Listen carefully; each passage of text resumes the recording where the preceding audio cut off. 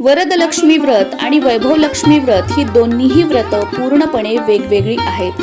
वरदलक्ष्मी व्रत हे वर्षातून एकदाच येतं आणि ते श्रावणातील एकाच शुक्रवारचं व्रत असतं। त्याच दिवशी संकल्प करायचा असतो, पूजा मांडणी करून विधिवत पूजा करायची असते आणि संध्याकाळी या व्रताचं उद्यापन सुद्धा करायचं असतं। वैभवलक्ष्मी व्रतामध्ये आपण जेव्हा कलश मांडतो तर त्यावेळेला त्या कलशात पाणी भरतो, पण या वरदलक्ष्मी व्रतामध्ये कलशात पाणी न भरता त्यामध्ये तांदूळ भरायचे असतात।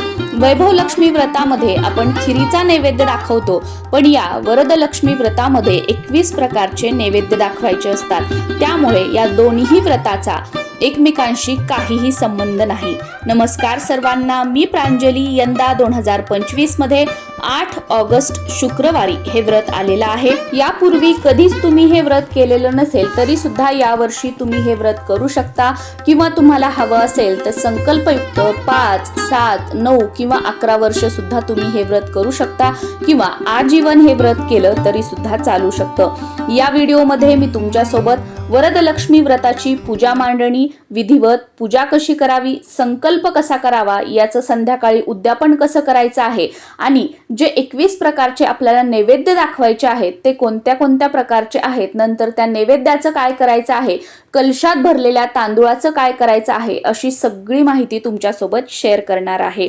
हे वरदलक्ष्मी व्रत तुम्ही कर्जमुक्तीसाठी, आपल्या घरामध्ये सुख शांती समृद्धी राहावी यासाठी, लक्ष्मी प्राप्तीसाठी, किंवा तुमच्या घरामध्ये जर सतत एखादी व्यक्ती आजारी पडत असेल तर आपलं कुटुंब, आपल्या कुटुंबातील मंडळी रोगमुक्त राहावीत यासाठी सुद्धा तुम्ही हे व्रत करू शकता। बऱ्याच ठिकाणी तुम्ही ऐकलेलं असेल, बरेच जण म्हणताना की आमच्याकडे कमाई तर चांगली आहे, पैसा वगैरे तर व्यवस्थित येतो, पण बरकतच नाहीये पैशाला। पैसा येण्याच्या अगोदरच तो कुठे कुठे खर्च करायचा आहे, कोणाकोणाला द्यायचा आहे याची लिस्ट आमच्याकडे तयार असते। म्हणजे काय की आमच्या घरात धनधान्याला बरकत नाहीये, तर प्रत्येक महिलेने आपल्या घरातील धनधान्याला बरकत राहावी यासाठी हे 1 दिवसाचं व्रत आवर्जून करावं। पूजा मांडणीसाठी एखादा चौरंग किंवा पाट मांडून घ्यायचा आहे, त्यावर लाल वस्त्र अंथरायचं आहे आणि त्यावर तुमच्याकडे अष्टलक्ष्मी मातेचा फोटो असेल तर तो ठेवायचा आहे, तो नसेल तर माता लक्ष्मीचा तुमच्याकडे जोही कोणता फोटो असेल तो ठेवायचा आहे। फोटोच नसेल तर अशा वेळेला तुमच्या देवघरामध्ये माता लक्ष्मीची मूर्ती असेल किंवा श्रीयंत्र असेल तर ते ठेवलं तरी सुद्धा चालतं। फोटो असेल तर भिंतीला टेकून ठेवायचा, आणि श्रीयंत्र किंवा माता लक्ष्मीची मूर्ती असेल तर ती भिंतीला टेकून ठेवायची आहे। त्यानंतर देवघरातील गणपती बाप्पांची मूर्ती किंवा गणपती बाप्पा स्वरूप म्हणून एक सुपारी घ्यायची आहे, 2 विड्याची पानं ठेवायची आहेत आपल्या उजव्या हाताला, त्यावर थोडीशी तांदूळाची रास आणि त्यावर गणपती बाप्पांची मूर्ती किंवा गणपती बाप्पा स्वरूप तुम्ही जी सुपारी घेतलेली असेल ती ठेवायची आहे। माता लक्ष्मीच्या फोटो समोर किंवा मूर्ती किंवा श्रीयंत्रासमोर एक गव्हाची रास टाकायची आहे, त्यावर हळद कुंकू अर्पण करून घ्यायचं आणि त्यावर एक कलश ठेवायचा आहे। त्या कलशाला 5 कुंकवाने उभ्या रेषा ओढून घ्यायच्या आहेत आणि त्या कलशाच्या कंठापर्यंत तांदूळ त्या कलशामध्ये भरायचे आहेत व त्या तांदूळावर हळद कुंकू अर्पण करून घ्यायचं आहे। त्यानंतर एक तेलाचा दिवा, त्याचबरोबर एक तुपाचा दिवा सुद्धा आवर्जून घ्यायचा आहे। माता लक्ष्मीला सुगंध प्रिय आहे तर सुगंधित अगरबत्ती, सुवासिक धूप, गुलाबाची फुलं, मोगऱ्याचा गजरा मिळाला तर आवर्जून या पूजेमध्ये घ्यायचा आहे। ही पूजा सकाळी ब्रह्ममुहूर्तावर केली तर अतिशय उत्तम, पण एवढ्या सकाळी शक्य नसेल तर जितक्या लवकर तुम्हाला ही पूजा सकाळी करता येईल तितक्या लवकर करून घ्यायची आहे, कारण या व्रताचं उद्यापन संध्याकाळी करायचं असतं आणि सकाळी लवकर पूजा केली की ती दिवसभर आपल्या घरामध्ये राहते, जेणेकरून आपल्या घरातील वातावरणात सकारात्मक लहरी तयार होतात, त्या आपल्या घरामध्ये वास्तूमध्ये पसरतात आणि त्यामुळे आपल्या घरातील वातावरण प्रसन्न राहतं। शक्यतो सकाळी 10:30 ते 11च्या अगोदर ही पूजा करून घेण्याचा प्रयत्न करा। पूजा करण्यासाठी सुरुवातीला दीप प्रज्वलित करायचा आहे, दिव्यांचं पूजन करायचं आहे आणि त्यानंतर गणपती बाप्पा स्वरूप तुम्ही सुपारी घेतलेली असेल किंवा गणपती बाप्पांची मूर्ती घेतलेली असेल तर एक ताम्हण घेऊन त्याच्यामध्ये थोड्याशा अक्षदा ठेवायच्या, त्यावर ती गणपतीची मूर्ती किंवा ती सुपारी ठेवायची आहे। गणपती बाप्पांच्या मूर्तीवर गणपती अथर्व शीर्ष किंवा गणपती स्तोत्र म्हणून अभिषेक करायचा आहे। सुरुवातीला स्वच्छ पाण्याने, त्यानंतर पंचामृताने आणि परत स्वच्छ पाण्याने। अभिषेक करताना स्तोत्र म्हणायचं नसेल तर तुम्ही ओम गण गणपतये नमः हा मंत्र म्हणून अभिषेक केला तरी सुद्धा चालेल। अभिषेक झाल्यानंतर मूर्ती स्वच्छ पुसून घ्यायची आहे। त्यानंतर त्या विड्याच्या पानांवरती किंवा त्या प्लेटवरती ती मूर्ती किंवा ती गणपती स्वरूप सुपारी ठेवायची आहे. हळद कुंकू अर्पण करून घ्यायचं. तुमच्याकडे जर असेल तर एखादं लाल फूल आणि मिळाल्या असतील तर दुर्वा सुद्धा अर्पण करून घ्यायचे आहेत. कापसाची वस्त्र अर्पण करून घ्यायची आहेत. धूप दीप ओवाळून घ्यायचं आहे आणि त्यानंतर साखरेचा किंवा गुळ खोबऱ्याचा गणपती बाप्पांना नैवेद्य दाखवायचा आहे आणि आता पूजेला सुरुवात करायची आहे. मागचा जो माता लक्ष्मीचा तुमच्याकडे फोटो असेल तर तो स्वच्छ पुसून त्याला सुद्धा हळद कुंकू लावून घ्यायचा आहे. हार असेल तर तो अर्पण करायचा, गजरा असेल तर तो अर्पण करायचा आणि वस्त्रमाळ सुद्धा अर्पण करायची आहे. मूर्ती किंवा श्रीयंत्र असेल तर गणपतीचा अभिषेक झाल्यानंतर त्या माता लक्ष्मीच्या मूर्तीवर किंवा श्रीयंत्रावर सुद्धा तुम्हाला अभिषेक करायचा आहे. सुरुवातीला स्वच्छ पाण्याने, त्यानंतर दुधाने किंवा पंचामृताने आणि परत स्वच्छ पाण्याने. अभिषेक करताना तुम्ही श्री सूक्त म्हणू शकता किंवा माता लक्ष्मीचा जोही कोणता मंत्र तुम्हाला येत असेल तो म्हटला तरी सुद्धा चालेल. मंत्र तुम्हाला हवं असेल तर तुम्ही 108 वेळा म्हणून अभिषेक करू शकता किंवा 21 वेळा 51 वेळा मंत्र म्हणून सुद्धा तुम्ही अभिषेक करू शकता. श्री सुक्तम तुम्ही 1 वेळा म्हणून 11 वेळा 7 वेळा 9 वेळा किंवा 16 वेळा म्हणून सुद्धा अभिषेक करू शकता. त्यानंतर ते श्रीयंत्र किंवा ती मूर्ती स्वच्छ पुसून जागेवर ठेवायची आहे. माता लक्ष्मीला हळद कुंकू अर्पण करायचा आहे. गजरा मिळाला असेल तर तो अर्पण करायचा आहे. लाल फूल अर्पण करायचा आहे. वस्त्रमाळ अर्पण करायची आहे आणि जो तांदूळाने भरलेला कलश आपण ठेवलेला आहे त्यावर एक पाणीदार नारळ ठेवायचं आहे. हे नारळ पाण्याने भरलेलं असावं. हे आपल्याला कोणी ओटीत दिलेलं नसावं किंवा सत्कार समारंभात आपल्याला ते मिळालेलं नसावं. आपल्या स्वतःच्या पैशांनी आणलेलं नारळ यावर आपल्याला ठेवायचं आहे. नंतर या नारळाला हळद कुंकू अर्पण करून घ्यायचं. वस्त्रमाळ अर्पण करायची. गजरा असेल तर तो सुद्धा अर्पण करून घ्यायचा आहे.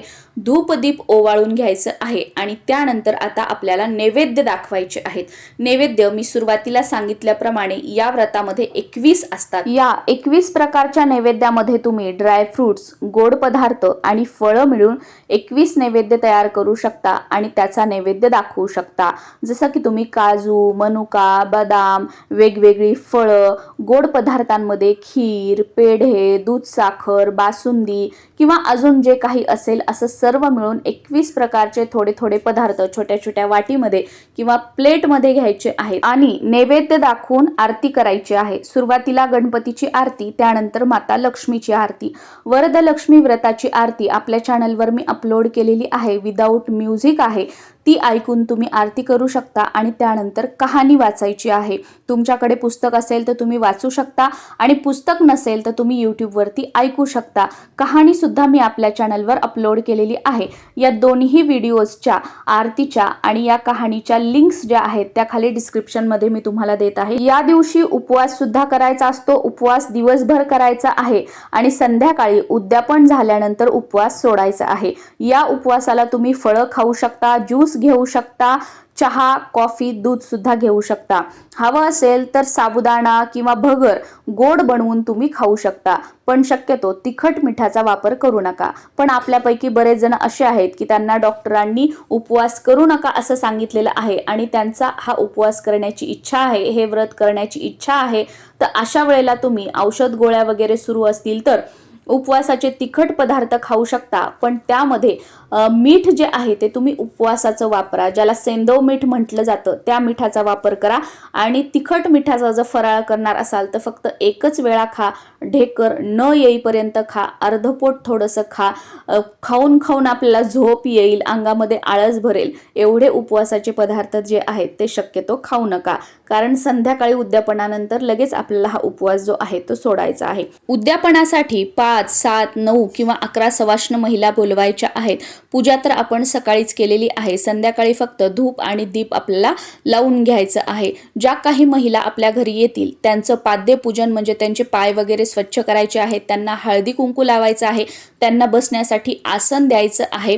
त्यांना पिण्यासाठी तुम्ही चहा, कॉफी किंवा दूध देऊ शकता. तुम्हाला हवं असेल तर तुम्ही खीर बनवू शकता किंवा तुम्हाला जर हवं असेल तर तुम्ही अगदी जेवण सुद्धा बनवू शकता. वरण, भात, भाजी, पोळी, त्याच्यामध्ये एखादा गोड पदार्थ, स्पेशली खीर बनवायची आहे आणि या स्वयंपाकामध्ये कांदा लसूणचा वापर करायचा नाहीये. यापैकी जे शक्य असेल ते तुम्ही त्या सवाष्णींना खाण्यासाठी किंवा पिण्यासाठी देऊ शकता. त्यानंतर त्यांची ओटी भरायची आहे आणि त्या ओटीमध्ये एक एक फळ जे आहे ते आवर्जून द्यायचं आहे. या प्रकारे साध्या सोप्या पद्धतीने उद्यापन करायचं आहे। उद्यापन झाल्यानंतर रात्री उपवास सोडायचा आहे। उपवास सोडताना जो काही गोड पदार्थ आपण नैवेद्य दाखवल्यामध्ये असेल तो गोड पदार्थ अगोदर खायचा आणि त्यानंतर वरण भात भाजी पोळी खाऊन आपल्याला उपवास सोडायचा आहे। दुसऱ्या दिवशी सकाळी स्नान झाल्यानंतर उत्तर पूजा करायची आहे। उत्तर पूजा करण्यासाठी जिथे पूजा मांडणी केलेली आहे तिथे दिवा लावायचा। या पूजेवरती हळद कुंकू अर्पण करायचं। थोड्याशा उजव्या हातामध्ये अक्षता घ्यायच्या। पूजेदरम्यान काही चूकभूल झाली असेल तर त्याबद्दल क्षमा मागायची आणि माता लक्ष्मीला तू माझ्या घरामध्ये सदैव कायम स्थिर भगवान विष्णूंसोबत वास कर। तुझ्या आशीर्वादाने तुझ्या कृपेने माझं घर नेहमी धनधान्याने भरलेले राहू दे। किंवा या व्यतिरिक्त अजून जे काही तुम्हाला माता लक्ष्मीकडे मागणं मागायचं असेल ते मागायचं आणि या अक्षदा या पूजेवरती आपल्याला अर्पण करायच्या आहेत आणि त्यानंतर मग ही पूजा उचलायची आहे। मूर्ती फोटो जे असतील ते जागची जाग्यावर ठेवायचे। दिवे वगैरे स्वच्छ करून आपण ते वापरू शकतो आणि सकाळी उत्तर पूजा करताना जो दिवा लावलेला आहे तो हाताने विझवायचा नाही किंवा शांत करायचा नाही। तो दिवा तसाच उचलायचा आणि देवघरासमोर किंवा तुळशीसमोर ठेवायचा आहे। जे कलशाखालचं आपलं धान्य आहे गहू ते साठवणीतल्या धान्यामध्ये टाकायचे आहेत। कलशामध्ये जे तांदूळ भरलेले आहेत तर त्यातले थोडेसे तांदूळ साठवणीच्या तांदूळामध्ये टाकायचे। थोडेसे तांदूळ त्या दिवशी भात बनवण्यासाठी आपल्याला वापरायचे आहेत आणि थोडेसे तांदूळ पक्ष्यांना टाकायचे। जो काही आपण भात बनवणार आहोत तो घरातील सर्वांनी खायचा आहे। म्हणजे अगदी मुठभर या तांब्यामधले तांदूळ घ्यायचे, त्याच्यामध्ये अजून दुसरे तांदूळ मिक्स करायचे आणि त्याचा भात बनवायचा। किंवा तुम्हाला जर तांदूळाची खीर वगैरे बनवायची असेल तर असा गोड पदार्थ बनवून सुद्धा त्या तांदळाचा तुम्ही खाऊ शकता। आणि जे काही फुलं हार असतील ते तुम्हाला निर्माल्यामध्ये टाकायचे आहेत। आय होप वरदलक्ष्मी व्रताबद्दल तुम्हाला संपूर्ण माहिती मिळालेली असेल। अतिशय साध्या सोप्या भाषेत कृतीसह मी हे दाखवण्याचा प्रयत्न केलेला आहे। तरी सुद्धा अजून काही प्रश्न असतील तर खाली कॉमेंटमध्ये तुम्ही विचारू शकता। नक्कीच त्याचं उत्तर देण्याचा प्रयत्न मी करेल। नमस्कार।